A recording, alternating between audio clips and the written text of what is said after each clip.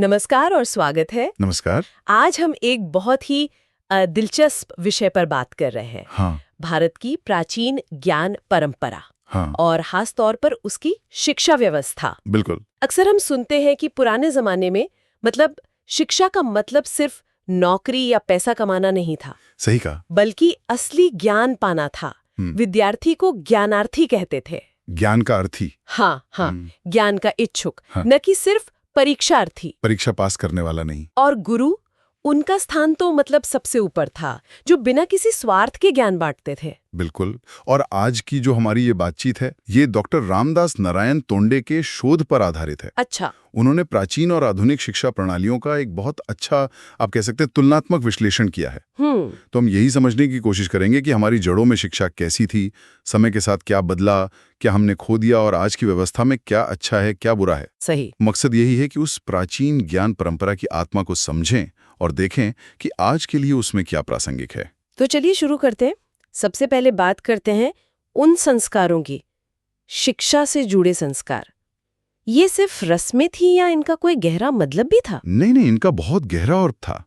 देखिए, शिक्षा की जो औपचारिक शुरुआत होती थी वो थी विद्यारंभ संस्कार से। विद्यारंभ? हाँ, विद्या का आरंभ। ये आमतौर पर 5 साल की उम्र के आसपास होता था, जब बच्चा अक्षर सीखने लायक हो जाता है। अच्छा। तो देवी सरस्वती और गणपति की पूजा होती थी, और फिर गुरु बच्चे को पहला अक्षर लिखना सिखाते थे। ये शिक्षा की दुनिया में उसका पहला कदम था एक तरह से। और फिर आता था वो उपनयन संस्कार। इसके बारे में काफी सुना है। हाँ, उपनयन।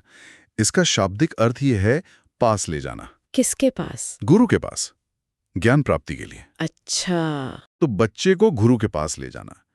यहीं से वैदिक शिक्षा की, आप कहें तो, विधिवत शुरुआत होती थी। गुरु के संरक्षण। गुरु सबसे पहले गायत्री मंत्र का उपदेश देते थे। अच्छा। पर एक बात यहाँ समझनी जरूरी है, जो शोध में भी साफ तौर पे कही गई है। क्या?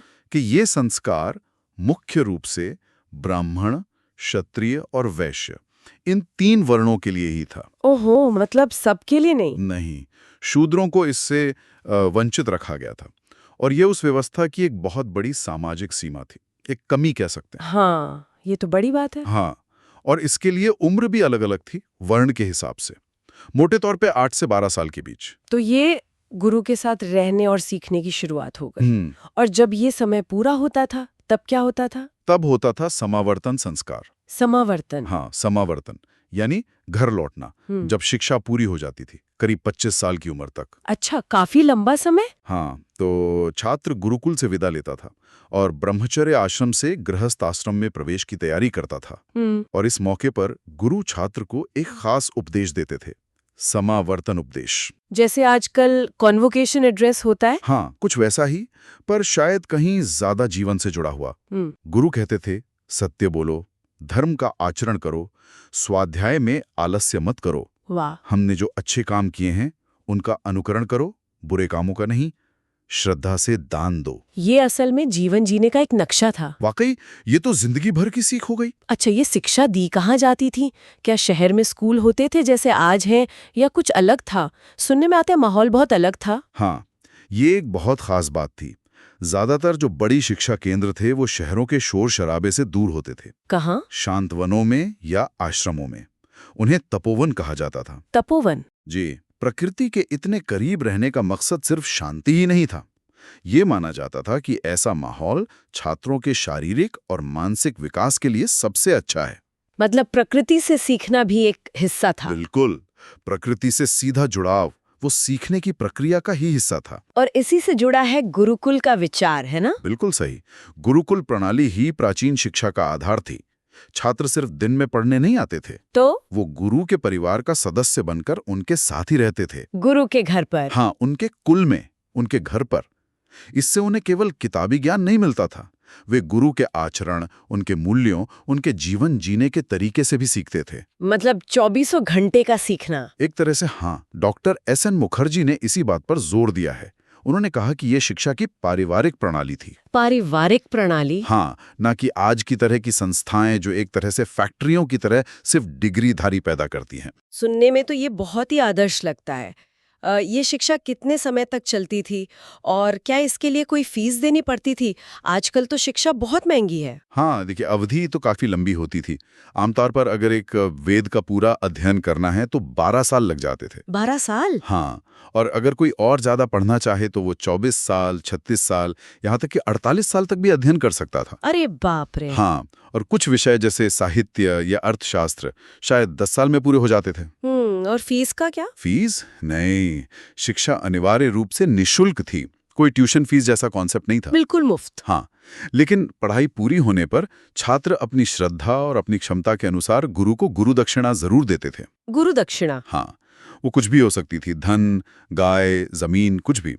लेकिन वो फीस नहीं थी, वो गुरु के प्रति एक कृतज्ञता का भाव था, एक सम्मान था। ये बहुत अलग है आज से। अच्छा, एक और सवाल। उस जमाने में प्रिंटिंग प्रेस तो थी नहीं, तो किताबें कैसे होती थीं? पढ़ाई कैसे होती थी बिना किताबों के? सही सवाल है।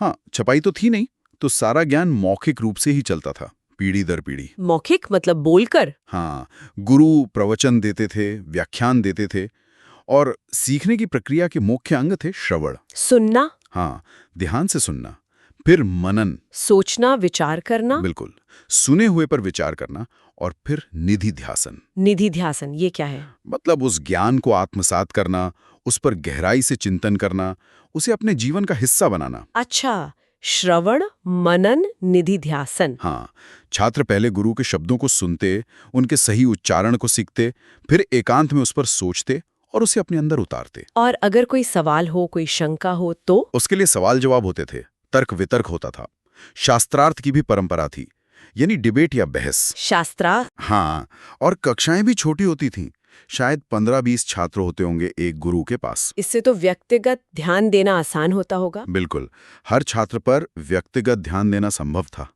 और एक और दिलचस्प तरीका था जिसे शोध में कक्षा नायकीय पद्धति कहा गया है। कक्षा नायकीय पद्धति? हाँ, इसमें जो सीनियर मेधावी छात्र होते थे उन्हें नायक कहते थे। वो अपने से जूनियर छात्रों को पढ़ाते भी थे। अरे वाह, मॉनिटर जैसा। हाँ, कुछ वैसा ही, पर शायद ज्यादा जिम्मेदारी के साथ। इससे गुरु को भी मदद मिलती थी और उन नायक छात्रों को पढ़ाने का अनुभव भी होता था। लेकिन छात्र जीवन सुनने में बड़ा कठोर लगता है, क्या ये सच है? बड़े कठिन नियम थे? हाँ, अनुशासन पर बहुत जोर था, ये बात सही है, लेकिन इसका उद्देश्य समझना जरूरी है। क्या उद्देश्य था? पहली बात तो ये कि सभी छात्रों को, चाहे वो राजा का बेटा हो या किसी गरीब का, बिल्कुल सादा जीवन जीना होता था, कोई भेदभाव नहीं। अच्छा। दिनचर्या एकदम तय होती थी। सुबह ब्रह्म मुहूर्त में उठना, नित्य कर्म, संध्या वंदन, हवन, फिर पाठ दोहराना, अध्ययन करना। भोजन में दिन में केवल 2 बार और कम मात्रा में लेने को कहा जाता था। क्यों? ताकि आलस्य ना आए, मन पढ़ाई में लगा रहे, शांत रहे।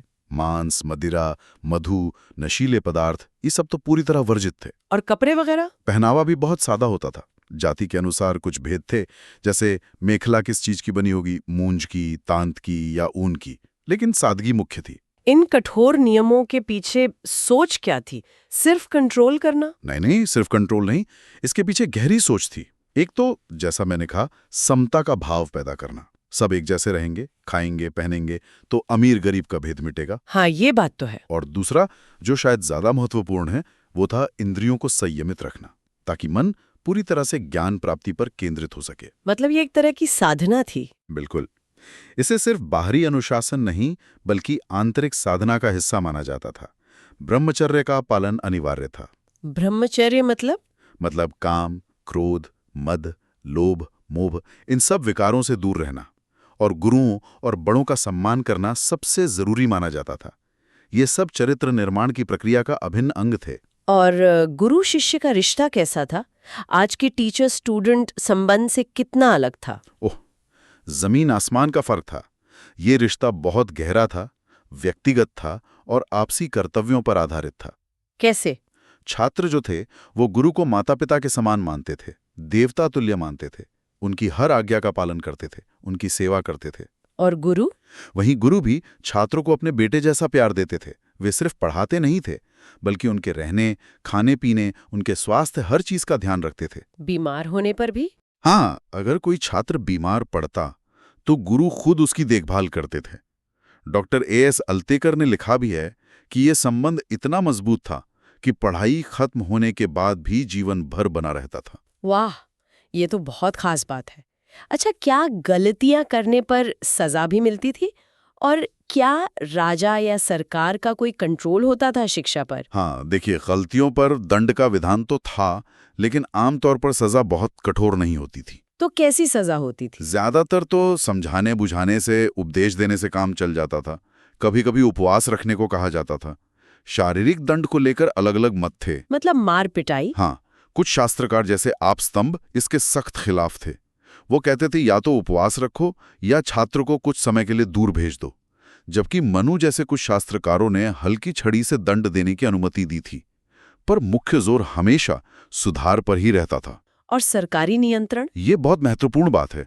प्राचीन भारतीय शिक्षा प्रणाली पर किसी भी बाहरी नियंत्रण से पूरी तरह स्वतंत्र थी। मतलब सरकार का कोई दखल नहीं? नहीं, ना राज्य का, न किसी और संस्था का। पाठ्यक्रम क्या होगा, पढ़ाने का तरीका क्या होगा, ये सब गुरु और विद्वानों का समाज ही तय करते थे। पूरी तरह से स्वतंत्र। हाँ, लेकिन देखिए, इतनी सारी खूबियों के बावजूद ऐसा नहीं है कि इस व्यवस्था में कोई कमी नहीं थी। अच्छा? हाँ, डॉक्टर अल्तेकर जैसे विद्वानों का मानना है कि लगभग 500 ईस्वी के बाद इसमें कुछ कमियां आने लगी और वो धीरे धीरे बढ़ती गईं और शायद इसके पतन का कारण भी बनी। क्या कमियां थीं इस प्रणाली में? सबसे बड़ी कमी शायद ये थी कि सारा का सारा जोर संस्कृत पर ही रहा। संस्कृत पर? हाँ, जो आम लोगों की भाषाएं थी, मतलब लोक भाषाएं, उनकी उपेक्षा हुई। इससे क्या हुआ कि ज्ञान कुछ हद तक एक खास वर्ग तक ही सिमट कर रह गया। ये तो है। दूसरी बड़ी समस्या थी धर्म पर बहुत ज्यादा जोर देना, और इससे जो धर्म से अलग विषय थे, जैसे कि विज्ञान, गणित या समाज से जुड़े व्यावहारिक पहलू, उनकी उतनी उन्नति नहीं हो पाई जितनी शायद होनी चाहिए थी। सांसारिक जीवन को थोड़ा कम महत्व दिया गया। और सामाजिक स्तर पर क्या मुद्दे थे? सामाजिक स्तर पर सबसे बड़ा दोष, जो हमने पहले भी बात की, वो था शूद्रों को शिक्षा के अधिकार से पूरी तरह वंचित रखना। हाँ। ये सिर्फ उपेक्षा नहीं थी, ये एक बड़ा अन्याय था। इसी तरह आम जनता की शिक्षा, मतलब जनसाधारण की शिक्षा और स्त्रियों की शिक्षा पर भी उतना ध्यान नहीं दिया गया जितना जरूरी था। स्त्री शिक्षा की भी उपेक्षा हुई? हाँ, पर्याप्त रूप से नहीं हुई। और धर्म को जरूरत से ज्यादा महत्व देने का एक और नतीजा हुआ। क्या? स्वतंत्र सोच पर अंकुश लग गया। एक तरह से ये मान लिया गया कि जो शास्त्रों में लिखा है बस वही अंतिम सत्य है। सवाल करने की गुंजाइश कम हो गई। इससे अंधविश्वास और रूढ़िवादिता को भी बल मिला। तो ये थी प्राचीन व्यवस्था की एक तस्वीर, जिसमें बहुत कुछ अच्छा था, पर गंभीर कमियां भी थीं। अब अगर हम आज की आधुनिक शिक्षा प्रणाली को देखें, तो इसने क्या हासिल किया है? इसके सकारात्मक पहलू क्या हैं? हाँ, बिल्कुल। आधुनिक प्रणाली के भी अपने गुण हैं, इसमें कोई शक नहीं। इसका जो घोषित लक्ष्य है वो है छात्र का सर्वांगीण विकास करना। सर्वांगीण विकास? हाँ, मतलब मानसिक, शारीरिक, सामाजिक, भावनात्मक सभी पहलुओं पर ध्यान देना। टेक्नोलॉजी ने, खासकर इंटरनेट ने, ज्ञान के दरवाजे सबके लिए खोल दिए हैं। ये तो है। आज कोई भी दुनिया के किसी भी लाइब्रेरी से जुड़ सकता है, बड़े बड़े प्रोफेसरों के लेक्चर सुन सकता है। ये बहुत बड़ी बात है। सही। परीक्षा के तरीकों में भी सुधार की कोशिशें हुई हैं। जैसे सालाना परीक्षा का बोझ कम करने के लिए सेमेस्टर सिस्टम आया। हाँ। लगातार मूल्यांकन यानी कंटिन्यूअस असेसमेंट की बात होती है। नंबरों की अंधी दौड़ कम करने के लिए ग्रेडिंग सिस्टम लाया गया। और सरकार की क्या भूमिका रही है? सरकार ने भी अहम भूमिका निभाई है। शिक्षा का अधिकार कानून यानी RTE एक्ट लागू किया गया है। हाँ, 6 से 14 साल के बच्चों के लिए। बिल्कुल, उनके लिए मुफ्त और अनिवार्य शिक्षा। ये एक बहुत बड़ा कदम है, खासकर गरीब और वंचित तबकों के बच्चों के लिए। ग्रामीण इलाकों में स्कूल खुले हैं, जिससे साक्षरता दर बढ़ी है। ज्ञान का प्रसार पहले से कहीं ज्यादा तेजी से और ज्यादा लोगों तक हो रहा है। लेकिन तस्वीर का दूसरा पहलू भी तो है। आज की शिक्षा व्यवस्था की आलोचना भी तो कम नहीं होती। क्या खामियां नजर आती हैं इसमें? हाँ, और खामियां काफी गंभीर हैं। चिंता की बात है। आजादी के बाद शिक्षा का विस्तार तो बहुत हुआ, इसमें कोई शक नहीं, लेकिन उसकी गुणवत्ता, उसके स्तर पर बड़े सवाल खड़े हो गए हैं। जैसे सबसे बड़ी चिंता है नैतिक मूल्यों का पतन। शिक्षा डिग्रियां तो दे रही है, पर क्या वो अच्छे इंसान भी बना रही है? चरित्र निर्माण, विवेकशीलता, संतुलन, ये चीजें कहीं पीछे छूटती जा रही हैं। शिक्षा का स्तर गिर रहा है, ये शिकायत आम है, और इसका एक नतीजा हम बढ़ती बेरोजगारी के रूप में भी देखते हैं। डिग्रियां हैं, पर नौकरियां नहीं या नौकरी के लायक कौशल नहीं है। और छात्रों पर इसका क्या असर पड़ रहा है? छात्रों में आप देखिए, डिग्री पाने की होड़ इतनी ज्यादा है कि ज्ञान पाने की इच्छा पीछे रह गई है। बस डिग्री चाहिए। हाँ, बस डिग्री चाहिए। अनुशासनहीनता की समस्या बढ़ी है। परीक्षा प्रणाली अक्सर रटने पर जोर देती है, समझने पर नहीं। ये तो है। नैतिक शिक्षा तो जैसे स्कूलों से गायब ही हो गई है। और एक बहुत बड़ी समस्या है असमानता की। असमानता। हाँ, अच्छी शिक्षा अक्सर बहुत महंगी है। वो बड़े शहरों या अमीर वर्ग तक ही सिमट कर रह जाती है। सही कहा। नतीजा क्या हो रहा है? युवा अपनी जड़ों से कट रहे हैं, अपनी संस्कृति, अपने मूल्यों, यहाँ तक कि अपनी भाषा से दूर हो रहे हैं। हाँ, कई बच्चे अपनी मातृभाषा नहीं जानते। बिल्कुल, उनमें असंतोष है, तनाव है, गला काट प्रतिस्पर्धा है, ईर्ष्या है। कुल मिलाकर ऐसा लगता है कि शिक्षा का जो मूल उद्देश्य था वो कहीं खोता जा रहा है। ये तो वाकई चिंताजनक तस्वीर है। तो इन समस्याओं से निपटने के लिए क्या सुझाव दिए जा रहे हैं? शोध में क्या कहा गया है? आगे का रास्ता क्या हो सकता है? हाँ, शोध में कुछ ठोस सुझाव दिए गए हैं। पहली बात तो ये कि शिक्षा को रोजगार से जोड़ने की जरूरत है। रोजगारोन्मुख। हाँ, रोजगारोन्मुख, लेकिन सिर्फ रोजगार के लिए नहीं। पाठ्यक्रम ऐसा हो जो ज्ञान भी दे और छात्रों को भविष्य के लिए तैयार भी करे। उन्हें अलग अलग व्यवसायों को समझने और अपनी रुचि के अनुसार चुनने में मदद करें। ठीक है। दूसरी बात, शिक्षा छात्र की रुचि और उसकी क्षमता के अनुसार होनी चाहिए। उस पर थोपी नहीं जानी चाहिए। मतलब पर्सनलाइज लर्निंग? हाँ, कुछ वैसा ही। और उसका ढांचा ऐसा हो जो वाकई में सर्वांगीण विकास करे। मतलब सिर्फ दिमागी कसरत नहीं, बल्कि दिल का, भावनाओं का, शरीर का, सबका विकास। और व्यवस्था के स्तर पर क्या बदलाव चाहिए? एक अहम सुझाव ये है कि पूरे देश में शिक्षा का एक बुनियादी ढांचा और पाठ्यक्रम लागू हो, ताकि गुणवत्ता में एक रूपता आए। ऐसा ना हो कि कहीं बहुत अच्छा स्तर हो और कहीं बहुत ही खराब। और प्राइवेट स्कूलों की मनमानी? हाँ, उस पर भी बात है। प्राइवेट स्कूलों और कॉलेजों की जो मनमानी फीस वसूली जाती है या दूसरी गतिविधियां होती हैं, उन पर भी लगाम कसने की जरूरत महसूस की जा रही है, ताकि शिक्षा एक व्यापार बनकर ना रह जाए। इस दिशा में जो नई राष्ट्रीय शिक्षा नीति 2020 आई है, उसे भी एक बड़े कदम की तरह देखा जा रहा है। उसके मुख्य बिंदु क्या हैं जो इन सुधारों से मिलते जुलते हैं? हाँ, बिल्कुल। राष्ट्रीय शिक्षा नीति 2020 यानी NEP 2020 का जिक्र यहाँ बहुत जरूरी है। इसके कई लक्ष्य हैं जो इन्हीं सुधारों की दिशा में जाते हैं। जैसे ये नीति कहती है कि शिक्षा छात्र केंद्रित होनी चाहिए। अंग्रेजी की अनिवार्यता को कम करके मातृभाषा या स्थानीय भाषा में शुरुआती शिक्षा पर बहुत जोर दिया गया है, ताकि बच्चे बेहतर समझ सकें। बिल्कुल, ताकि उनकी नींव मजबूत हो। परीक्षा के तनाव को कम करने की बात है। रटने की बजाय समझने पर, कॉन्सेप्ट क्लियर करने पर जोर है। और विषय चुनने की आज़ादी। हाँ, वो भी। छात्रों को अपनी पसंद के विषय चुनने की ज्यादा आज़ादी देने का भी प्रावधान है। आर्ट्स, साइंस, कॉमर्स के बीच की जो दीवारें हैं, उन्हें तोड़ने की कोशिश है। इसका कुल मिलाकर उद्देश्य यही है कि शिक्षा को अधिक सार्थक, समग्र और लचीला बनाया जाए। तो इस पूरी बातचीत को अगर हम समेटें, तो क्या निष्कर्ष निकलता है? प्राचीन और आधुनिक के इस मंथन से हम क्या सीख सकते हैं? निष्कर्ष मेरे ख्याल से यही है कि भारत की जो मूल ज्ञान परंपरा है, वो काफी हद तक वैज्ञानिक सोच और व्यवहारिक चिंतन पर आधारित थी। उसमें संकीर्णता नहीं थी।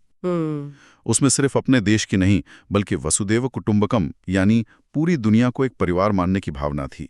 सभी प्राणियों के कल्याण की भावना थी। हाँ, ये तो है। इसीलिए उसके जो मूल तत्व हैं वो आज भी उतने ही प्रासंगिक हैं। हमारे जो प्राचीन ग्रंथ हैं, वेद हैं, उपनिषद हैं, रामायण, महाभारत, गीता और भी बहुत से हैं, वे केवल धर्म की किताबें नहीं हैं। नहीं, वे ज्ञान, विज्ञान, कर्म, योग, अध्यात्म, जीवन जीने की कला, इन सब के अनमोल भंडार हैं। उनमें आज भी हमें रास्ता दिखाने की अपार क्षमता है। तो ये थी हमारी कोशिश भारत की शिक्षा परंपरा की गहराइयों को छूने की, उसके गौरवशाली अतीत से लेकर आज की चुनौतियों और भविष्य की संभावनाओं तक। हमने देखा कि कैसे समय के साथ ज्ञान के मायने बदले, शिक्षा के तरीके बदले, और इस सफर में हमने क्या पाया और क्या शायद कहीं पीछे छोड़ दिया। हाँ, और जाते जाते अपने सुनने वालों के लिए एक सवाल छोड़ जाते हैं। जरूर। कि हम अपनी प्राचीन ज्ञान परंपरा के किन मूल्यों और पद्धतियों को आज की शिक्षा व्यवस्था में इस तरह से मिला सकते हैं, इस तरह से समाहित कर सकते हैं कि वो सिर्फ डिग्री और नौकरी देने वाली मशीन न बनकर रह जाए, बल्कि वास्तव में ज्ञान, विवेक, नैतिकता और सबसे बढ़कर अच्छे चरित्र का निर्माण करे। इस पर सोचिएगा जरूर।